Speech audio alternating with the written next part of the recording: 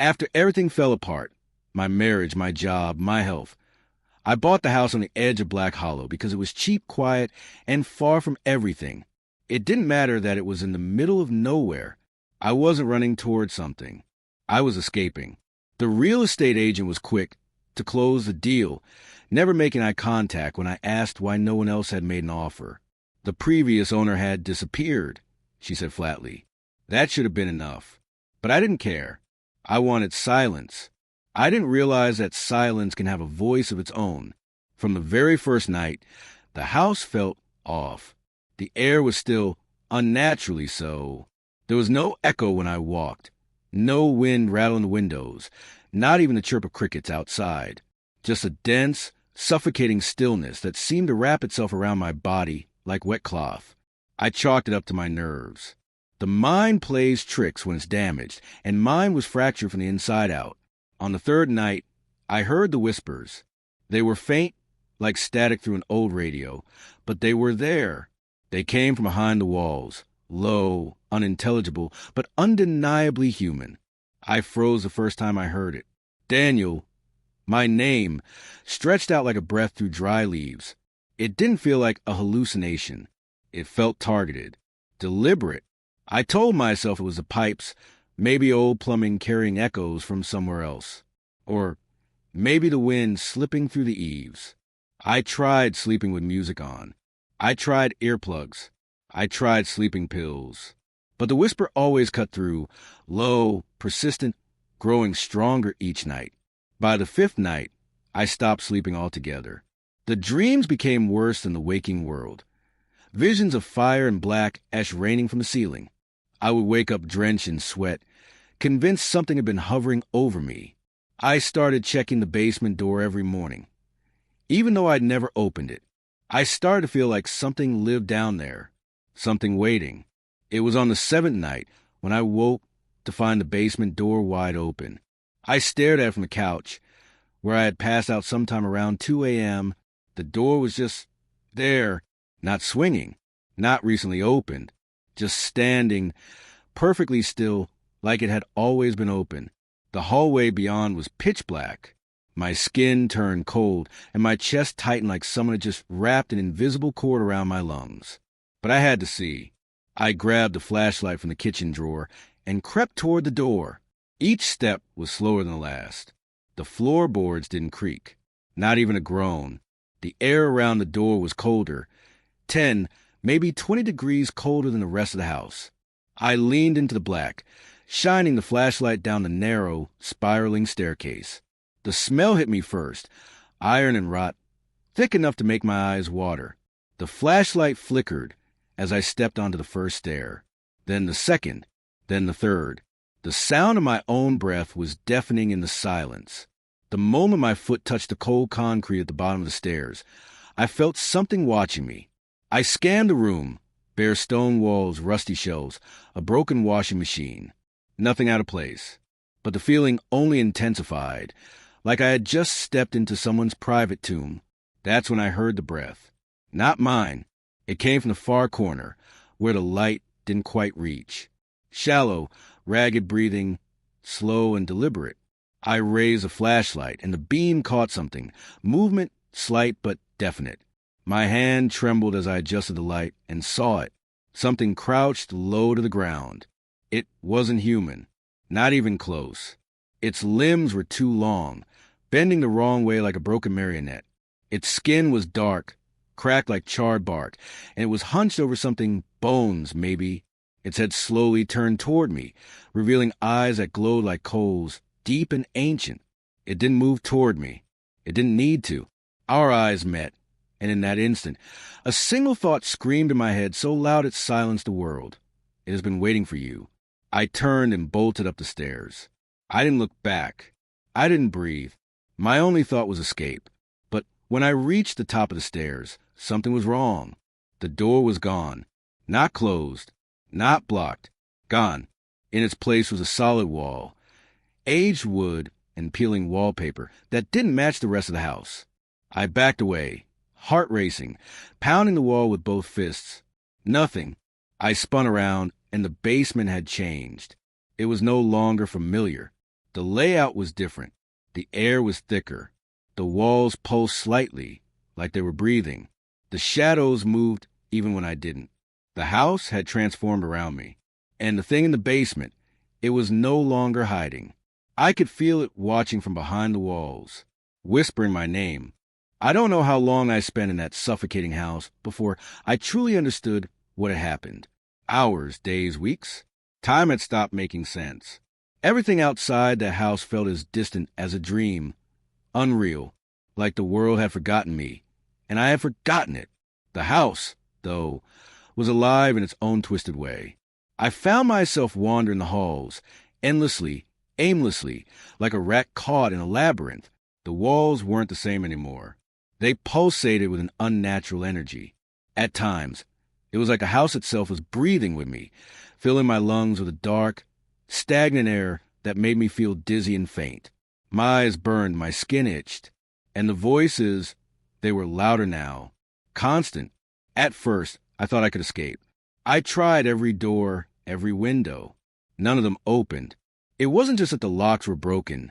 The walls shifted, moving as if they were alive, swallowing the exits and entrances like they had never existed in the first place. I even tried to break through them. I hit the walls with chairs, kicked the windows with my bare feet until my shoes were shredded, but the walls just absorbed the blows, leaving nothing but a painful thud in my chest. There was no force in the house that would allow me to escape. No way out. That's when I first realized that this place, this house, was not just a structure. It was a prison, and I was its captive. But I still couldn't fully grasp the true horror of it. I didn't understand what it wanted from me. The demon came to me more often now. It didn't need to physically appear in front of me anymore. Its presence was always there, like a shadow in the corner of my eye or a flickering mirror. It was everywhere, but it didn't speak to me in the same way it had before. Instead, it showed me things, terrible, twisted images of people I loved, of people I had lost. The first time it did this, I was alone in the living room, sitting on the floor with my back pressed against the wall. I could feel it. I could feel its eyes on me, watching from somewhere beyond the darkness. And then, as if answering some unspoken question in my mind, the wall next to me began to warp. The plaster cracked, spiderwebbing out from the center, and blood seeped through the cracks. The air grew cold, and my breath fogged in front of me. I blinked, and suddenly, I wasn't in the living room anymore. I was standing in the backyard of my old house, the one I grew up in. My parents were there, laughing, their faces soft with age, unmarked by the wear of time. My brother stood by the fence, holding his daughter's hand as she danced in the grass. For a brief moment, I was happy, alive again. Everything was right. And then my brother's daughter started screaming. I turned to look at her, and I saw it. Something was crawling up her leg, out from under her skin, like a parasite. Her flesh twisted and bulged, her bones snapping as she screamed in agony. She fell to the ground, her limbs contorting in ways no human body should. And then she turned to look at me, her face frozen in horror, her eyes wide open, pleading. "Help me?" The voice was mine, my voice coming from her mouth. And before I could scream, the vision flickered, and I was back in the house. The air was thick with the smell of iron and death. I was alone again. The demon wasn't finished with me. I could feel its anger, its rage. And it wasn't just showing me what I loved. It was showing me what I had lost. The walls of the house grew darker. The shadows stretched, elongating across the room, and I couldn't escape them. I couldn't escape the memories. Every time I tried to move, to break free, the walls closed in tighter. I could feel it. The house was holding me in place, keeping me trapped with my own broken soul. And then, one night, I realized the truth. I wasn't just imprisoned by the house. I was imprisoned by my own guilt. The demon fed on it. Every bit of pain, every ounce of regret, it thrived on it. The voices in my head were a constant reminder of everything I had lost and everything I had destroyed. The guilt gnawed at me like a parasite, feeding off every fear, every regret. It wasn't the house that held me captive. It was me. I had sealed my fate the moment I stepped into this house. It was never about escape. It was never about finding freedom. I was meant to suffer, to remember, to rot away in my own torment. But it didn't stop there. No, the demon had a far worse fate for me than simple confinement. It began to show me things. One night, the floor beneath me opened, not in any normal sense. The floor cracked, splitting apart like flesh being peeled open. I fell into darkness, into a void. And then, just as I thought I would fall forever, I landed in an icy, cold room. The air was stifling, and it smelled like damp earth. And there she was, my ex-wife, her face pale, her eyes hollow. She was chained to the floor, her mouth gagged. Her body was thin, emaciated, and yet there was no sense of aging. She hadn't grown older. She hadn't moved. The demon had been feeding on her too. You did this, it whispered from the shadows. She's still here because of you. I tried to scream, to reach her, but I couldn't move. My feet were frozen to the ground, my limbs stiff as if encased in ice. She looked at me, her eyes wide with fear. And the moment she opened her mouth to scream, the walls closed in, crushing her voice forever. I wanted to die, but the demon didn't want that. It didn't want me to die. It wanted me to suffer. There came a moment, a brief moment, when I thought I understood. The fog of terror that had clouded my mind for so long finally parted. And for the first time since entering this hell, I realized that there was no escape. There was no going back.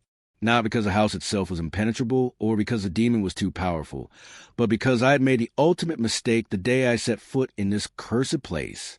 I had thought it was a punishment, an accident, a cruel twist of fate. But it wasn't. It never was. The demon didn't want to kill me. It didn't want to make me its victim. It wanted me to remember, to relive every choice, every mistake, every moment of weakness until I was reduced to nothing more than a shell. It wanted to strip away everything I had ever been, my past, my hopes, my very identity, until there was nothing left but the guilt. The demon didn't kill me. It kept me. And in that moment of clarity, it made itself known, not through the walls, not through the whispers, but through the air itself. It spoke to me in a voice so deep, so resonant, that it seemed to come from the earth beneath my feet. You were promised. I turned, my heart racing, my body frozen with terror. The shadows in the corner of the room swirled, and then the walls themselves seemed to dissolve, revealing a vision I could not escape. There she was, my mother. She stood in the middle of a dark forest, her back hunched as if burdened by something too heavy to bear. Her face was pale, gaunt, and there was a desperation in her eyes that I had never seen before.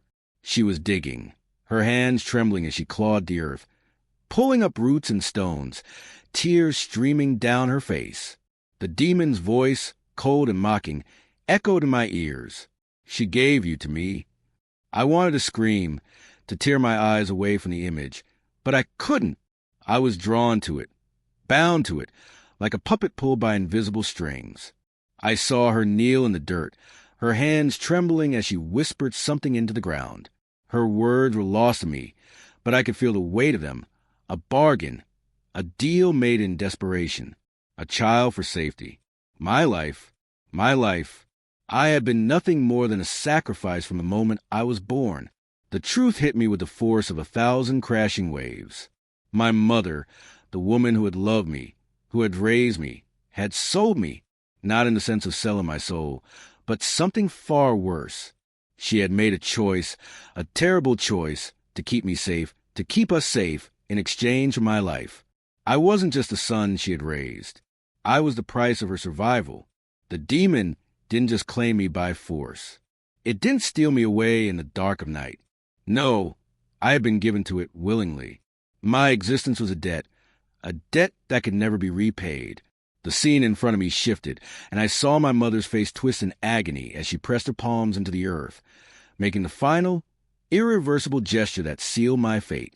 She had given me to the demon as a child whose soul would be bound to this place for eternity, and I had never even known it. You were promised to me, Daniel, the moment you were born. The voice was all-encompassing now, filling every corner of the house, crawling beneath my skin. It didn't just speak to me.